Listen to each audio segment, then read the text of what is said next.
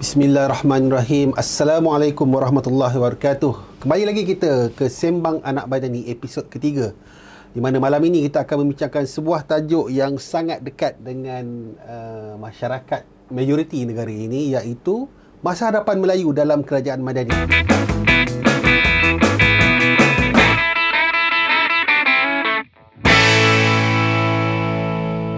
Tajuk ini kita memang bawa khas memandangkan kita baru lepas habis convention masa depan Bumiputera baru-baru ni, dan kita juga membawakan seorang panel yang akan membincangkan isu ni, yang di mana panel datang sendiri daripada orang kata the Malay Heartland di Malaysia ni, iaitu YB Senator Tuan Muhammad Hasbi bin Muda, iaitu Ahli Dewan Negara. Sihat YB? Sihat, Alhamdulillah. Alhamdulillah. Kita, untuk pengetahuan semua, di malam ni kita bersiaran pada malam pertama Ramadan. Alhamdulillah. Yang kata kami tak buat tarawih, kami buat tarawih, tapi cara kami sendirilah. Sempat lebih 8 rakaat. Sempat, Alhamdulillah. Alhamdulillah. Saya buat 4 tadi, ada 4 lagi balik lepas ni lah. So, Dewan Negara YB, apa yang terbaru di Dewan Negara sekarang? Dewan Negara akan bersidang seminggu lagi, 18 hari bulan, dan insya-Allah saya ingat 3 minggu untuk kali ini. Dan itu first penggal ya, ini penggal pertama untuk inilah tahun kedua lah kita kira kan. Dan untuk penggal kali ini saya nampak banyak undang-undang ataupun pindaan undang-undang yang dibuat, termasuk AUKU, termasuk pindaan warga negara untuk anak yang terbuang dan sebagainya. Ini saya ingat menariklah untuk diteliti oleh ahli-ahli Dewan Negara. Isu AUKU ni kita bincangkan minggu lepas bersama dengan mantan Presiden Mahasiswa Keadilan Malaysia. Saya dah dapat berita yang baiklah, di mana daripada YB bagi tahu tadi. Boleh bocor ke? Boleh bocor tentang orang kata apa, kebenaran untuk golongan mahasiswa, pertubuhan mahasiswa untuk kumpul dana sendiri, ada akaun bank tu sendiri tu, antara pindaan yang akan cuba diluluskan dalam persidangan kali ini YB Ya. YB Hasbi Muda ni juga, untuk pengetahuan semua, merupakan penulis profilik untuk gerakan mahasiswa, bekas juga pimpinan mahasiswa di UM dulu, antara orang yang berjaya lah zaman pembangkang tu, di mana orang kata apa, mengekalkan orang kata apa, tapak orang kata apa, mahasiswa yang anti-establishment ni YB Waktu itu 2007 YB 2007, yes. Untuk pengetahuan semua juga, YB Hasbi Muda ni juga lah orang pertama yang bagi saya ruang untuk menulis. Alhamdulillah sekarang saya ada 11 buku. Lagi banyak pada saya. Tapi orang pertama bagi saya ruang menulis YB Muda sendirilah, dalam buku Mahasiswa Bangkit. Kemudian kita ada, patutnya ada Mahasiswa Bangkit 2, tapi tak jadi kan. Allah tak jadi. InsyaAllah kita tengah fikir juga untuk siapkan. Manuskrip tu ada, kita mungkin tengok tambah kan. InsyaAllah. Alhamdulillah. Selepas YB mula dengan projek pertama tu, keluar macam-macam dah, garaj buku dan sebagainya buat mahasiswa dan universiti, dan macam-macam lagi kumpulan lain yang buat. Tapi kita bagi penghargaan lah kepada YB, dan sekarang dah terlibat dalam politik. Alhamdulillah, ahli Dewan Negara, dan insyaAllah kita menanti masa depan yang lebih cerah untuk YB. InsyaAllah. So YB, kita pergi kepada tajuk kita yang sangat saya rasa agak sensitif diperbincangkan sekarang di zaman Madani ni. Orang ragu dengan keadaan kaum Melayu lah, masa depan kaum Melayu dalam masyarakat Madani ni. Sebab yalah, kalau kita ikutkan model pemerintahan terdahulu tu, di mana sangat jelas di mana kerajaan tu diterajui oleh parti politik yang orang kata apa, asasnya Melayu, perjuangannya Melayu dan sebagainya. Tapi sekarang ni perjuangan Melayu tu masih ada, tapi dia bukan the central fokusnya. Dia tak lagi, dia masih dalam pelbagai sebagainya, tapi dipersoalkan, yang maksudnya dari segi fokus. So soalan pertama saya, memandangkan kita ni baru habis convention Bumiputera, convention masa depan Bumiputera baru-baru ni. So antara perkara yang dibangkitkan oleh Menteri Ekonomi Rafizi Ramli dalam kerajaan ni, masa melancarkan pelan menjangkakan pelan jangka panjang Bumiputera akan dilancarkan sekitar Jun nanti, Jun 2024, untuk nak tengok pelan pembangunan Bumiputera dari segi sosioekonomi untuk tempoh 10 tahun akan datang. Tapi masalahnya sekarang yang dinyatakan dalam pelan tersebut adalah tentang orang kata apa, fokus masyarakat Bumiputera ni, orang Melayu utamanya, di mana golongan middle class kita kebanyakannya memilih untuk berada dalam kategori profesional ataupun pejabat tinggi kerajaan. Itu adalah kata apa, the ultimate ni lah. Maksudnya sebagai golongan middle class, nak naik ke upper class tu sangat sikit, golongan T20 ni. Dan kebanyakannya bila duduk dekat middle class ni sama ada duduk dalam JLC profesional ataupun kerja pejabat tinggi kerajaan. Yang jadi usahawan tu sangat-sangat kurang. So isu di sini YB kan, kalau kita tengok dengan non Bumiputera, middle class ni kebanyakannya golongan usahawan yang mencipta nilai, yang mencipta produk dan sebagainya. So ini persoalan yang perlu kita jawab dalam tempoh 10 tahun ni, di mana kita nak ubah model ni. Mungkin YB boleh jawab sikit, kenapa model pemikiran atau model masyarakat Melayu di Malaysia ni, Bumiputera ni sebegitu, tak ke arah perniagaan, mencipta nilai dan sebagainya. Ya, pertamanya terima kasih Dr. Fauzi atas jemputan untuk hari ini. Memang kalau kita tengok dari segi corak Bumiputera dalam negara kita, kalau kita tengok memang majoriti penduduk kita Bumiputera lah. Hampir 60% kalau campur dengan Sabah Sarawak lebih. Walau bagaimanapun dari segi pegangan equity orang Melayu ataupun Bumiputera ini masih rendah. Saya ingat masih bermain 18 ke 20%. Berbanding dengan bukan Bumiputera dah 35 ataupun saya ingat dekat 40, dan selebihnya pegangan asing. Dan kalau kita pergi lebih detail lagi dari segi pegangan caruman ataupun simpanan rakyat kita berasaskan kaum, umpamanya kaum Bumiputera walaupun membentuk hampir 60%, tetapi simpanan kaum Bumiputera hanya lebih kurang dalam 300 bilion sahaja. Daripada 1 trilion, Bumiputera yang majoriti hanya pegang 1/3. Manakala kaum Cina khususnya yang hanya 1/4 ataupun 24%, mereka memegang jumlah simpanan sebanyak lebih kurang 2/3, 600, saya ingat 670 bilion daripada 1 trilion. Gambaran kekayaan ini menggambarkan bahawa memang kekayaan masih dikuasai oleh mereka yang bukan bumi. Tetapi adakah kita nak menyalahkan mereka kerana mereka mendapatkan kekayaan itu dengan cara yang sah? Mereka bukanlah dapat rompak dan sebagainya. Tetapi yang kita boleh fikirkan ialah apa orientasi ataupun apa kecenderungan masyarakat Melayu Bumiputera untuk kita nak mengubah situasi ini. Saya ambil contoh, saya setuju dengan apa yang doktor sebut tadi. Memang kalau kita tengok kecenderungan orang Melayu daripada kecil diajar bahawa kerja makan gaji, ataupun lebih tepatnya kerja kerajaan.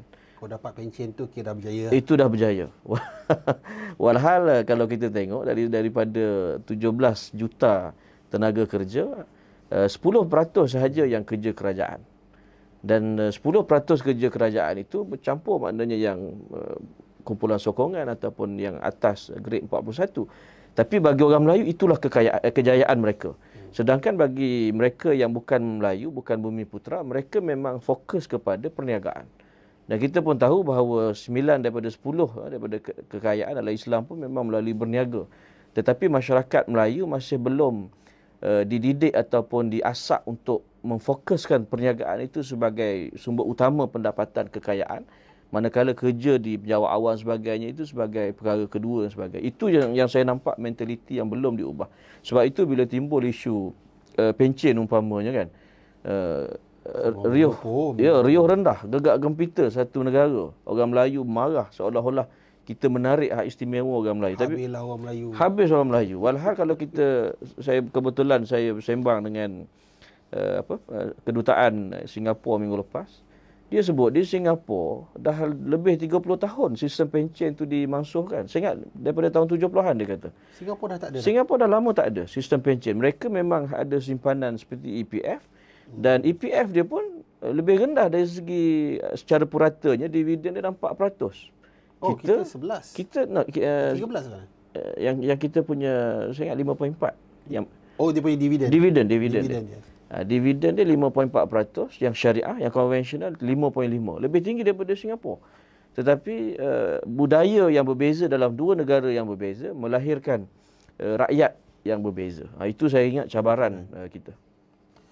So, jadi persoalan di sini YB yang kita tak dapat nak jawab ni, apa yang menghalang ni? Adakah Satu, saya rasa macam YB cakap, mental model lah. Mungkin pasal kita dah diasuh kejayaan tu diukur kalau kita dapat kerja kerajaan, maka dapat pencen, berjaya. Tapi kalau kita kata itu sahaja, maksudnya hanya 1.7 juta je. Yeah. So yang lain tu, yang orang kata 16 juta, 15 juta lagi tenaga kerja ni, kenapa tak juga masuk dalam bidang perniagaan? Dia kerja macam-macam. Yeah. Tapi yang kata entrepreneur, yang mencipta nilai tu kurang berbanding dengan non-bumi. Saya nampak antara faktornya ialah rasa insecure. Mereka tak berani untuk ambil risiko sebab dia rasa kalau berniaga ni, satu, tak selamat. Sebab kekayaan ataupun keuntungan itu tak terjamin. Jadi orang Melayu ni saya nampak mereka mungkin cuba berniaga, tapi dalam tempoh yang tak lama, kalau mereka tak dapat buat, mereka akan give up dan kembali untuk bekerja lah. Dan itu cabaran. Itu makan gaji lah.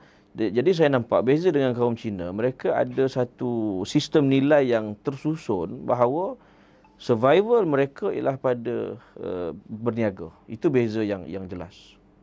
Saya nak tanya, sebab YB datang daripada The Malay Heartland.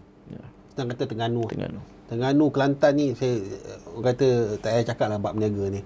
Dari segi perniagaan kecil, saya dekat universiti pun kebanyakan yang start berniaga ni rakan-rakan daripada Pantai Timur.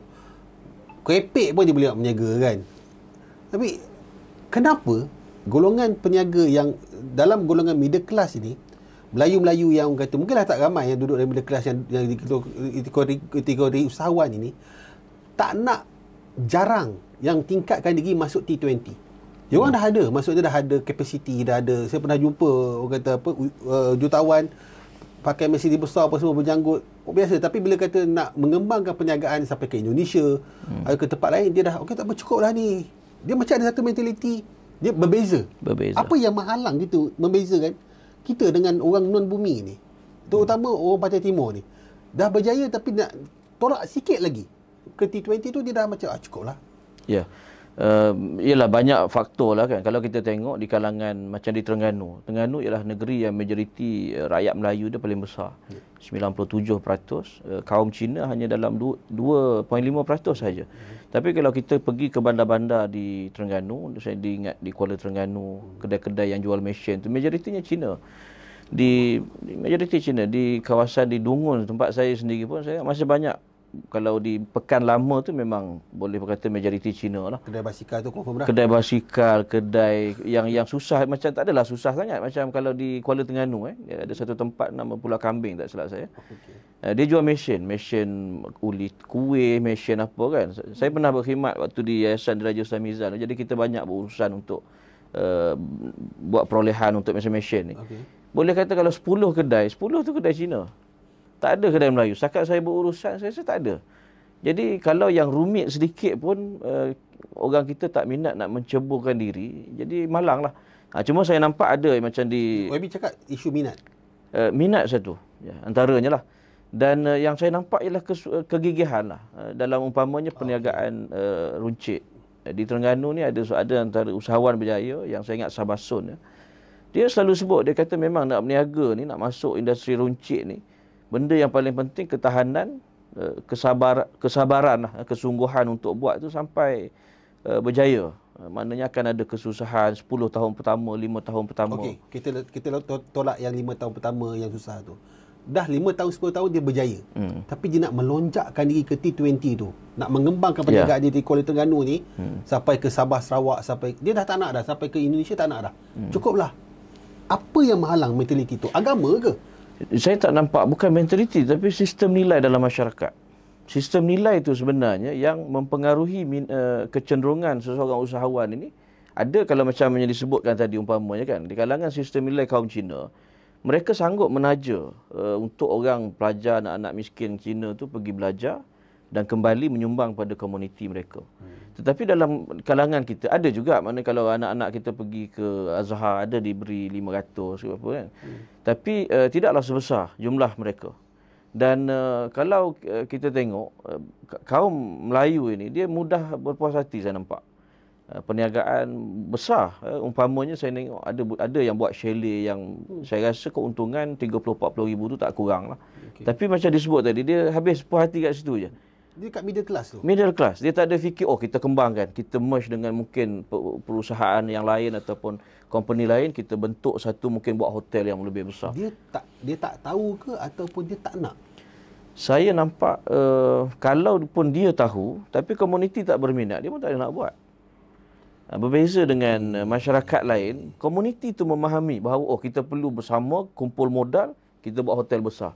Sebab itu kalau kita tengok dalam kawasan pelancongan di Terengganu, saya perhati kan, kita compare dengan kawasan pelancongan di belah pantai barat. Saya tengok banyak hotel-hotel.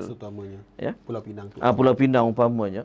Mereka sanggup untuk berkongsi. Maknanya mungkin ada 10 ataupun 5 owner, tapi hotel tu besar dan gah. Maknanya pemegang saham sebagainya lah, di open public listed sebagai itu kaedah mereka lah. Tapi cara kita masih terikat bahawa ini family business. Kita buat ada chalet 10 bilik, and then kita perhati inilah perniagaan untuk anak cucu kita. Jadi saya nampak benda itu bukanlah tak progresif, tapi tak cukup progresif. Itu yang sistem nilai kita harus fokus untuk kembangkan. Mungkin kita ada 1-2 orang peniaga yang hebat, tapi ialah dia tak boleh pergi jauh without dia punya surrounding community. Dia tak boleh pergi seorang. Tak boleh. Dan kita tengok Jack Ma pun, saya ingat bila Jack Ma mula nak mengembangkan Alibaba tu, dia panggil kawan-kawan dia tak pergi seorang. Dia tak boleh pergi seorang, dia tak mampu pergi seorang. Tapi mungkin ini kekangan. Apa masalah orang Melayu ni? Kalau kita ada seorang yang berjaya, yang lain ni macam Ramli cakap, lu punya nasib lu makan lah, saya punya nasib saya makan lah. Dia pemikiran apa? Saya masih lagi tak dapat nak menyukir. Saya rasa macam ada orang kata agama tu kadang-kadang menjadi punca meracuni kita ni. Kita punya akhirat punya fokus ni menyebabkan kita lupa dunia kadang-kadang. Bila dah berjaya, ada duit, kita dah buat sedekah, kita dah dah tolong anak orang nak pergi Azhar dan sebagainya, cukup lah. Adakah agama tu kadang-kadang menghalang? Saya tak nampak, saya tak cenderung untuk berpendapat begitu, sebab ada mereka-mereka yang berjaya ni pun ialah daripada pemahaman agama yang progresif. Maknanya lagi kaya dia, lagi banyak duit zakat yang dia boleh sumbangkan. Tapi saya nampak kalau kita nak boleh menyalahkan, sebenarnya budaya politik kita ialah antara yang membentuk pemikiran tu. Budaya politik kita, saya ambil contoh umpamanya kan, persaingan politik yang terlalu tajam menyebabkan kita hanya kehidupan orang di setengah Malay Heartland States ni, dia fikir hidup dia bangun-bangun tu politik kan. Jadi hubungan antara komuniti pun tak begitu baik, apatah lagi untuk dia bersama berniaga dengan orang tu, kalau orang tu berbeza parti kan. Macam mana kita nak berniaga, sedangkan orang tu mungkin perniagaan dia boleh complement perniagaan dia. Kan, contoh kalau dia nak buat pelancongan, dia mungkin ada produk tertentu. Kalau dia gabung dengan orang ni, orang tu, dia boleh buat satu benda yang lebih besar. Tapi itu tak berlaku. Sebab politik ni saya nampak, oleh sebab kita dah terlalu lama dengan politik yang agak toksik, politik yang menjadikan politik identiti itu sebagai benda besar. Kita tak bergaul untuk berkongsi dengan peniaga Cina, buat peniaga jadi sama-sama, tak ada. Kalau saya tengok kedai yang dimiliki oleh orang Cina tu, kalau dia buat partner pun sama-sama Cina dia lah. Tapi kalau kita bagus, saya tengok umpamanya macam Farm Fresh kan, yang Azmi tu kan.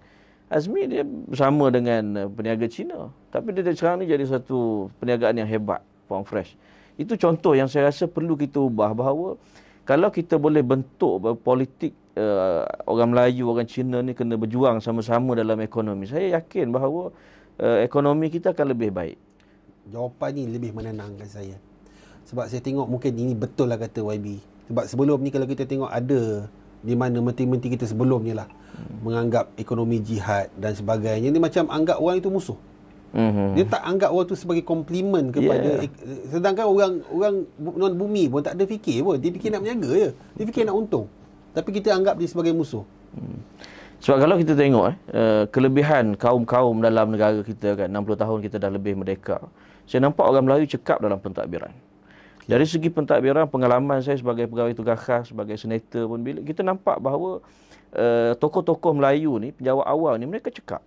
Itu saya rasa tak boleh dinafikan, bahawa penjawat awam dalam negara kita bagi saya ialah kelompok yang memang well trained, mereka faham kerja mereka, kita senang berurusan. Dia akan jadi susah kalau mereka nak sabotaj lah, tapi setakat pengalaman saya nampak mereka memahami kerja mereka, dan kita kalau kita nak minta apa-apa pun, bantuan apa, Dia tahu apa benda yang untuk memudahkan. Jadi kelebihan orang Melayu bagus dari segi pentadbiran. Kelebihan kaum Cina, saya nampak mereka cekap dalam berniaga. Dan kenapa perkara itu kita tak sinergikan? Saya selalu kalau dalam Pemuda Amanah ni, saya selalu bercerita, bersyarah tentang 7 habits of highly effective people. Kan? Dan salah satu tu ialah synergize. Kekuatan satu orang ataupun kumpulan tertentu dengan kumpulan ini kita gabung dan kita bentuk satu outcome yang lebih hebat. Dan saya nampak itu sebenarnya masalah kita dalam negara kita. Kita tak rasa untuk hidup bersama dengan kaum yang berbeza. Yang sebenarnya kaum yang berbeza itu membawa kekuatan dan juga kelebihan yang komplement kita. Itu sebenarnya saya nampak. 10 tahun, okey. Soalan terakhir sebelum kita pergi kepada soalan seterusnya. Pelan jangka masa panjang 10 tahun yang diwar-warkan oleh Menteri Ekonomi ini. Kita tak nampak lagi Jun ni akan dibawa lah pelan tersebut. Mungkin saya nampak lebih pada nak menggantikan DEB dan orang kata apa MEB yang dibawa oleh Datuk Seri Najib sebelum ni lah. Kalau YB boleh cadangkan something dalam pelan ekonomi untuk intervensi membantu golongan Melayu ni, middle class kita ni lebih banyak dalam usahawan, dan golongan usahawan middle class kita berani untuk nak melonjak masuk ke T20. Apa yang satu elemen yang kita boleh masukkan dalam pelan ni? Saya nampak ialah budaya untuk kita punya majority tu berniaga. Maksudnya kalau umpamanya kita nak orang Melayu, mungkin satu program khusus Melayu berniaga. Sebenarnya kalau kita tengok dalam program ialah Kongres Ekonomi baru ni kan, kalau kita telusuri sebelum ni, saya rasa lebih daripada 10 badan diwujudkan untuk membantu ekonomi Bumiputera. Macam-macam. Mara, tekun, segala jenis mak nenek punya bantuan. Yes, amanah ikhtiar. Tapi benda tu hanya melepaskan mereka untuk sara hidup mereka saja. Amanah ikhtiar bukan tak ramai yang berjaya, tapi kejayaan mereka cukup. Okey, pendapatan sebulan dia dapat 3,000, 4,000, habis macam tu je. Dan mereka kita berjayalah juga untuk membantu mereka cari duit. Tetapi duit itu tak berkembang. Even bukan sangat tak berkembang, dia orang tak boleh simpan pun duit itu untuk hari tua mereka. Jadi dia akan pusing-pusing. Jadi saya nampak banyak benda yang kita kena didik rakyat kita, dan politik Pakatan Harapan ni ialah educate rakyat. Betul lah, saya nampak memang bila kita jadi kerajaan ada benda yang kita harus sedar bahawa kita dulu pun silap cakap, terlepas cakap dan sebagainya kan. Tapi bila kita semua dah jadi kerajaan, PAS pun dah jadi kerajaan, DAP dah jadi kerajaan bersatu, jadi kita faham realiti. Sebab itu bila timbul apa-apa isu, kita sepatutnya lebih jujur pada rakyat. Yang betul kita katakan betul, yang salah lah. Kalau dulu mereka jadi kerajaan, mereka akan sokong, pencen ni kita kena stop sebab ekonomi begitu. Tapi bila dia jadi pembangkang, dia pun kata, ini nak menyusahkan orang Melayu dan sebagainya. Semata-mata nak dapat sokongan ataupun nak menimbulkan politik punya tak senang di kalangan rakyat. Mereka sanggup. Jadi saya nampak ini tak jujur dan menipu rakyat. Itu harus kita elakkanlah di kalangan parti-parti politik ni. Baik, saya rasa kita dapat satu jawapan yang sangat jujur daripada YB, dan saya pun rasa tenang sekarang ini. Polisi ataupun intervensi yang bakal dilakukan untuk jangka 10 tahun lagi adalah yang pertamanya, kalau boleh kita menenangkan politik identiti ni supaya kita boleh lebih bersahabat, dan kita boleh saling menguntungkan antara satu sama lain. Bukan hanya di kalangan Melayu sama Melayu dan Melayu sama bukan Melayu. Kita akan saling membantu, dan ini akan menurut YB akan membantu melonjakkan golongan Melayu middle class dalam golongan usahawan dan upper class dalam bidang usahawan ini, insya-Allah. Kembali dengan soalan kedua selepas ini.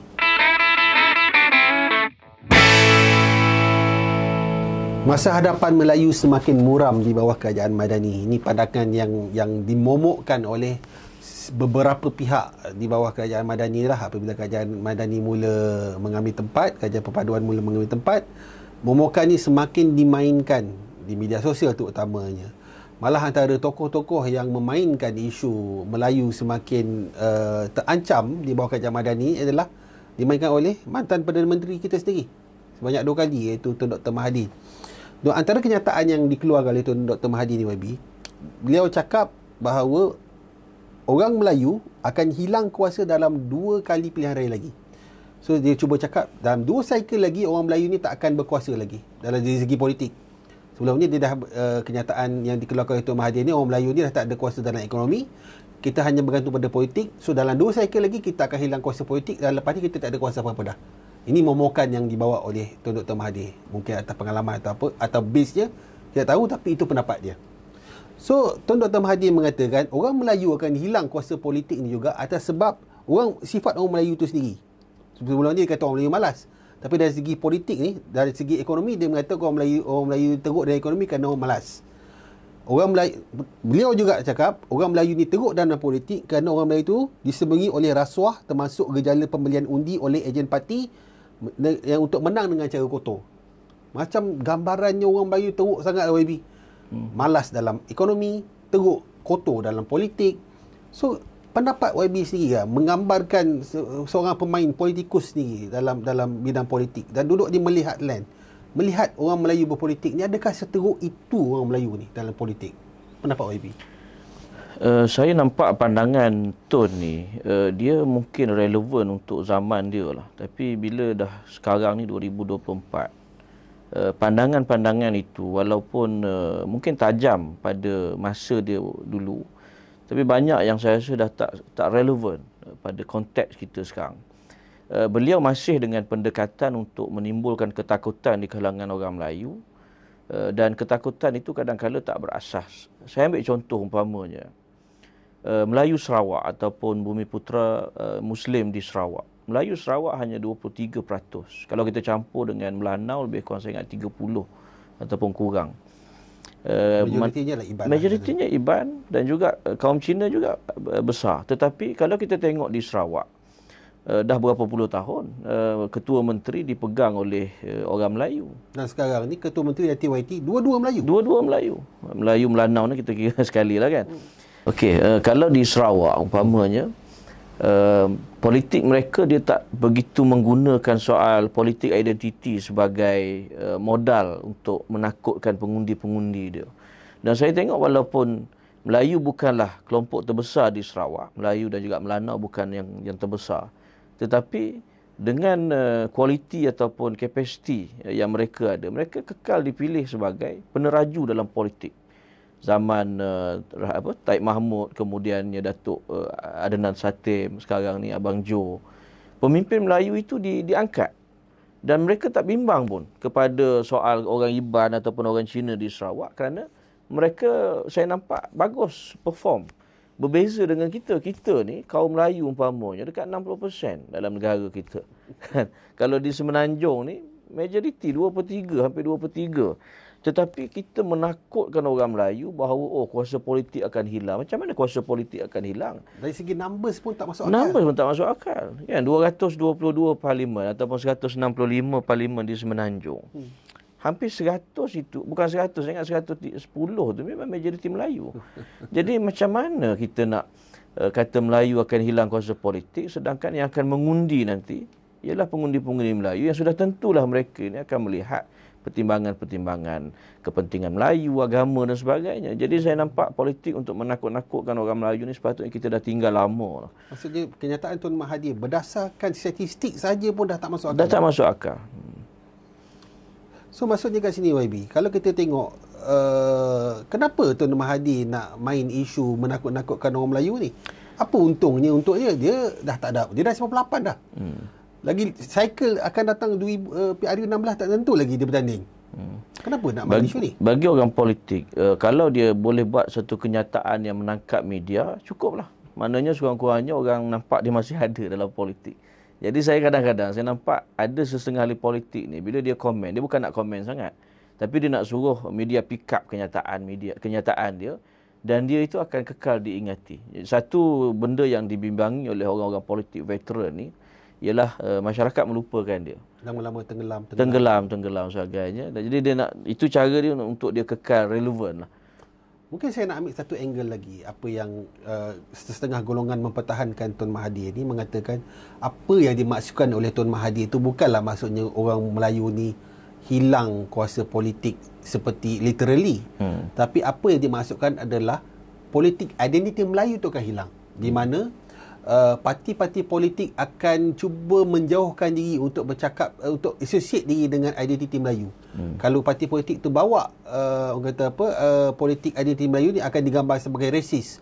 Apabila bercakap tentang sekolah satu aliran dikatakan resis, dia cakap tentang bahasa rasmi resis dan sebagainya.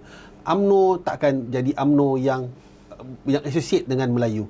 PAS ataupun parti mungkin Amanah sendiri ikut pandangan mereka yang mempertahankan. Adakah YB setuju dengan pendapat tersebut? Mungkin kita boleh tafsirkan begitu, tapi walaupun kita kata parti politik berasaskan Melayu ni akan hilang, tapi tetap juga pemimpin yang akan diangkat sebagai Perdana Menteri sudah tentu akan tetap daripada majoriti kaum majoriti, iaitu kalau konteks kita majoriti Melayu. Jadi saya tak nampak itu satu benda yang besar. Mungkinlah kalau kata parti yang berasaskan betul-betul berasaskan Melayu, umpama UMNO ataupun Bersatu, katalah pada satu masa nanti orang tolak, orang dah tak akan undi sebagainya. Tetapi yang akan menggantikan parti-parti itu juga mestinya parti yang dikuasai ataupun yang didominasi oleh pemimpin Melayu. YB tak ada masalah kalau politik identiti Melayu ni hilang, orang tak terima di Malaysia. Adakah itu satu masalah? Politik identiti bagi saya memang kita kena tinggal. Bukan cakap politik identiti Melayu, politik identiti Cina pun kita kena tinggalkan. Macam baru ni kan saya dengar wawancara saudara Tony Puah. Beliau kecewa bila penyokong dia sendiri, penyokong majoriti penyokong DAP ni Cina lah, yang begitu takut dengan pelaksanaan tulisan Jawi di sekolah rendah. Seolah-olah akan masuk Islam lah, akan bersunat sebagainya. Jadi dia sendiri pun merasa kecewa dengan politik identiti yang dimainkan oleh penyokong dia. Jadi saya nampak benda ni dia bukan satu pihak saja. Bukan ini hanya untuk PN. Bukan kita nak hentam PN sangat. Tapi ianya ialah satu budaya yang sepatutnya kita dah tinggal lama. Saya ambil contoh.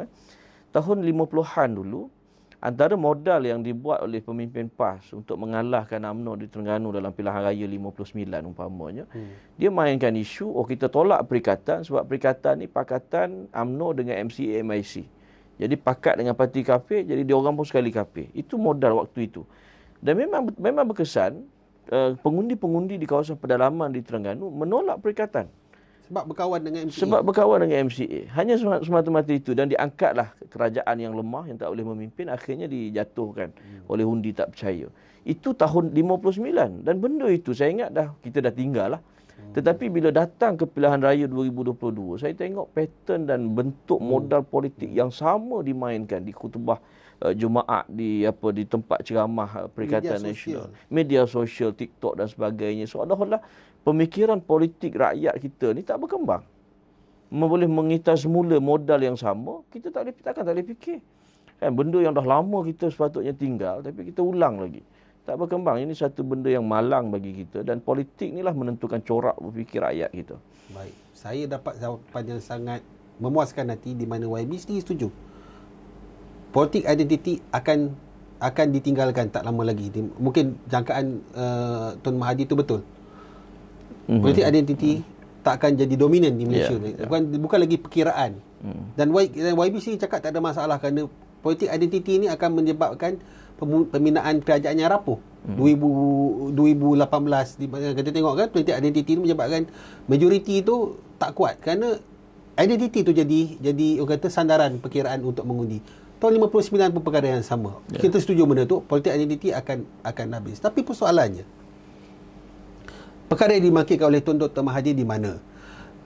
Kalau kita tak cakap politik identiti dari segi orang kata kuasa dan sebagainya, kita bercakap politik identiti dari segi sifat, di mana Tun Mahathir mengatakan orang Melayu itu sendiri lemah dalam politik kerana sifat rasuah dan membeli undi.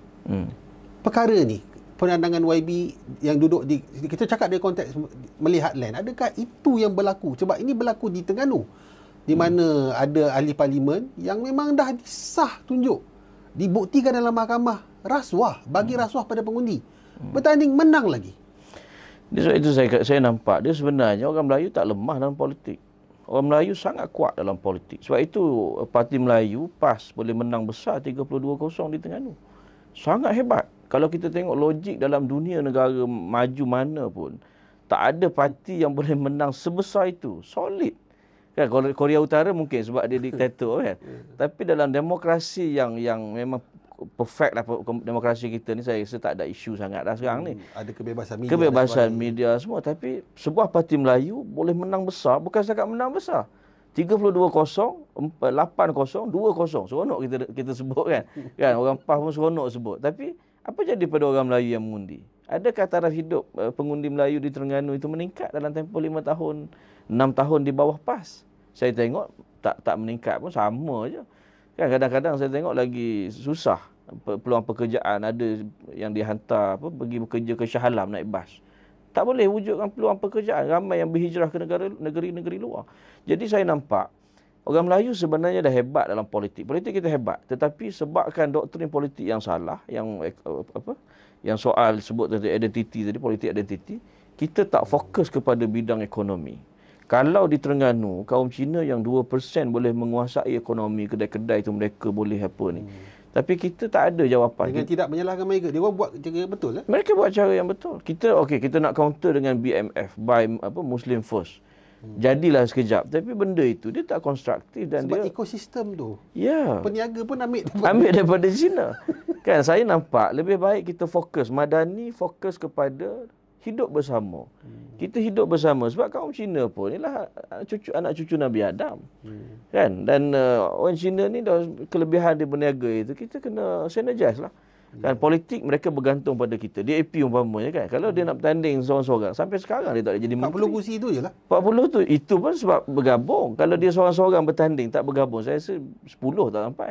Tapi dia nampak kita nak kuasai politik, kita kena bersama dengan parti-parti Melayu yang lain. Parti-parti yang PKR, Amanah sebagainya. Jadi kita dalam Malaysia ni kita nak menguasai ekonomi. Kenapa tidak kita berkawan dengan rakyat kita berbilang kaum supaya kita pun faham macam mana cara mereka berfikir, macam mana mereka sebab saya tengok seni perniagaan ni dia tak boleh dapat dalam bilik darjah. Okay? Tak boleh diajar dalam masa 5 tahun 6 tahun, tapi bila kita bergaul dengan mereka yang berbeza kaum, kita akan dapat ini ilmu. Kadang-kadang ilmu tu memang warisan nenek moyang.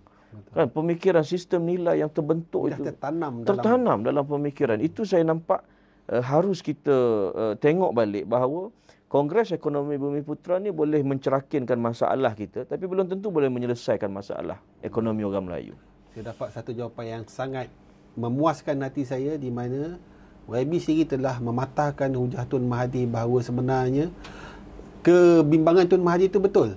Memang politik identiti ini akan terhapus tak lama lagi. Mungkin ada 2 cycle, mungkin kurang 2 cycle. Dan ia bukan masalah kepada orang Melayu, kerana benda itu sendiri yang menecatkan Melayu, bukan hanya dalam politik, malah dalam ekonomi sendiri. Kita buang ketakutan.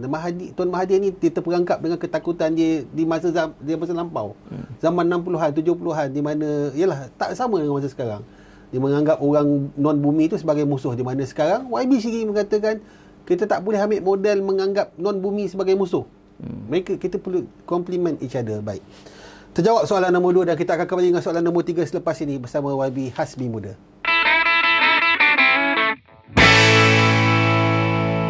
Sembang Anak Madani malam ini dengan tajuk Melayu, nasib kaum Melayu di bawah Kerajaan Madani bersama YB Hasbi Muda. Baik YB, kita dah sampai kepada peringkat terakhir, segmen terakhir untuk kita punya acara slot malam ini. So saya nak minta YB untuk meredakan kegusaran dan keresahan masyarakat Melayu di luar sana yang beranggapan bahawa di bawah pemerintahan Kerajaan Madani ini banyak keistimewaan, banyak kepentingan orang Melayu yang akan terhakis, dan jika dibenarkan lagi Kerajaan Madani untuk berkuasa dalam satu penggal lagi, maksudnya satu cycle lagi, habis dah, tak ada apa dah orang Melayu ni. Tolong redakan keresahan mereka ni. Ya, sebagai pemimpin Melayu, saya percaya PMX dan even saya sendiri, kita bagi orang Melayu ni, kita akan fikir macam mana untuk bantu orang Melayu lah. Dan dalam masa yang sama, kita tak mengenepikan kaum-kaum yang lain. Itu saya ingat semua pemimpin Melayu berfikir begitu. Tetapi yang mungkin akan menimbulkan kegusaran, kebimbangan ialah modal-modal politik yang dimainkan oleh parti-parti. Khususnya sekarang ni parti pembangkang lah. Dan apa yang dibuat oleh kerajaan, mana-mana kerajaan pun saya yakin kerajaan ni akan ambil tindakan yang bertanggungjawab. Kan? Tapi tindakan itu kadang-kadang dilihat tak popular. Umpamanya dalam isu pencen. Pencen ni bukan kita yang mulakan nak mansuh. Ini zaman Najib lagi. Tetapi mungkin zaman Datuk Najib dia tak berani buat ataupun tak dapat buat kerana tekanan daripada parti-parti politik waktu itu. Kalau dibuat mungkin undi akan berkurang. Tapi sampai bila kita nak tangguh, kan? Kalau kita terus dengan kekal keputusan yang tak betul hanya semata-mata untuk tak mahu undi politik itu hilang, tapi akhirnya negara kita rosak.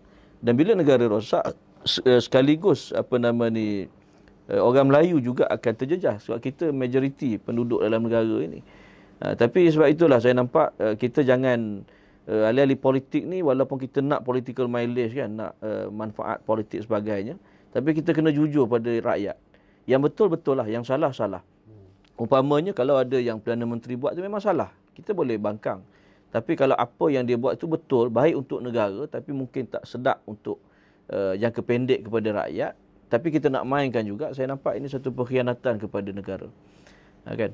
Dan saya berpandangan juga bahawa kebimbangan bahawa orang Melayu ni akan hilang kuasa, akan hilang itu ini, keistimewaan itu tak berasas bagi negara kita yang hak istimewa orang Melayu dilindungi oleh perlembagaan, dilindungi oleh Yang di-Pertuan Agong, Majlis Raja-Raja, macam-macam. Safeguard tu berlapis-lapis. Berlapis-lapis. Jadi saya pun pelik lah, seolah-olah kita ni lemah sangat. Seolah-olah orang Melayu ni macam cacat ke apa. Kan? Takut sangat. Kita satu bangsa yang hebat, satu bangsa yang boleh berdiri sama tinggi dengan kaum yang lain. Dan kita juga majoriti dalam negara kita. Tak ada dalam negara dunia lain kaum majoriti rasa terancam. Kalau kaum minoriti, logik. Tapi dalam negara kita, kita mendidik rakyat kita untuk rasa terancam walaupun kita majoriti. Ini seharusnya kita hentikan dan fokus kita ialah bersama-sama dengan PMX untuk bantu rakyat, bantu orang Melayu, naikkan ekonomi kita. Kita bagi supaya masalah-masalah rakyat ini selesai. Apa-apa juga isu kementerian mana pun, rentas kementerian, kita selesaikan masalah rakyat, ekonomi terus meningkat dan akhirnya orang Melayu, orang Cina, India ni dapat menikmati kemakmuran yang lebih baik dalam negara kita. Fokus kita 4 tahun ni, pilihan raya dah tak ada insya-Allah. Fokus kita betul-betul membangunkan negara dan kalau kerajaan gagal, rakyat boleh tukar. Tapi kalau kita terus-menerus memburukkan, menimbulkan panik, ketakutan di kalangan orang Melayu dan kerajaan tak boleh berperanan dengan berkesan, yang ruginya bukan setakat kerajaan, PMX, tetapi yang rugi ialah rakyat secara keseluruhannya. Kalau kita boleh tengok negara-negara dalam ASEAN ni dah semakin bagus. Vietnam umpamanya dulu tak tahu apa, kan, berperang. Sekarang ni dah jadi kuasa ekonomi yang melintas, dah potong kita, kan. Indonesia yang dulu kita kenal sebagai negara yang korup, yang mundur, sekarang ni dah macam-macam. Saya pergi ke Jakarta bulan lepas, bandar dia pun dah tak jam macam dulu. Tempat-tempatnya menarik dan sebagainya, dan kita nampak banyak negara ke depan. Tapi kita ni masih berpusing di tempat yang sama, bermain dengan politik identiti, kebencian antara kaum. 60 tahun merdeka tetapi pandangan antara kaum itu dapat belum. Indonesia baru-baru ni pun tak ada dengar isu politik identiti ni. Betul. Semua politik pembangunan. Betul. Mereka pun rasa menyesal sebab last Pilpres 2000, saya ingat apa? 2019 mereka ada bangkitkan sikit. Tapi itu pun mereka rasa itu kesilapan besar mereka. Sekarang ni mereka pun faham, takkan kita, saya ingat ada satu petikan daripada Lee Kuan Yew. Dia kata Malaysia ini tidak akan ke mana-mana kerana bila mereka nak berubah ke depan, politik identiti itu akan menarik mereka untuk ke belakang. Ini saya ingat pandangan daripada musuh kita yang jujur, yang harus kita lihat betul-betul bahawa Malaysia akan lebih baik sekiranya kita meninggalkan politik identiti ini. Satu, saya rasa pesanan takhir yang membekas. Politik identiti perlu ditinggalkan walaupun ia berat. Kita bebaskan negara, merdekakan negara ini dengan politik identiti. Kita akui, tapi untuk bergerak ke hadapan kita perlu lepaskan politik identiti ini. So insya-Allah saya rasa satu jawapan yang jujur, yang tepat, tapi isunya sekarang pelaksanaan. Sama ada kita sanggup atau tidak untuk nak melaksanakan pesanan YB Hasbi Muda yang sangat-sangat jujur. Saya pun tak tahu nak cakap apa. YB rasa macam terkesan sangat apabila kita nak melepaskan politik identiti ni. Kalau arwah bapak saya hidup ni, dia rasa dia pun tak sanggup. Dia besar dan meninggal dalam politik identiti itu. Allahu Akbar. Tapi insya-Allah kita akan kembali lagi minggu depan bersama tajuk dan panel yang baru, dan kita harap pesanan-pesanan yang dibawa oleh YB Hasbi Muda dapat kita manfaatkan bersama. Dan insya-Allah terus bersama dengan Sembang Anak Madani di platform Suara Anak Madani. Assalamualaikum warahmatullahi wabarakatuh.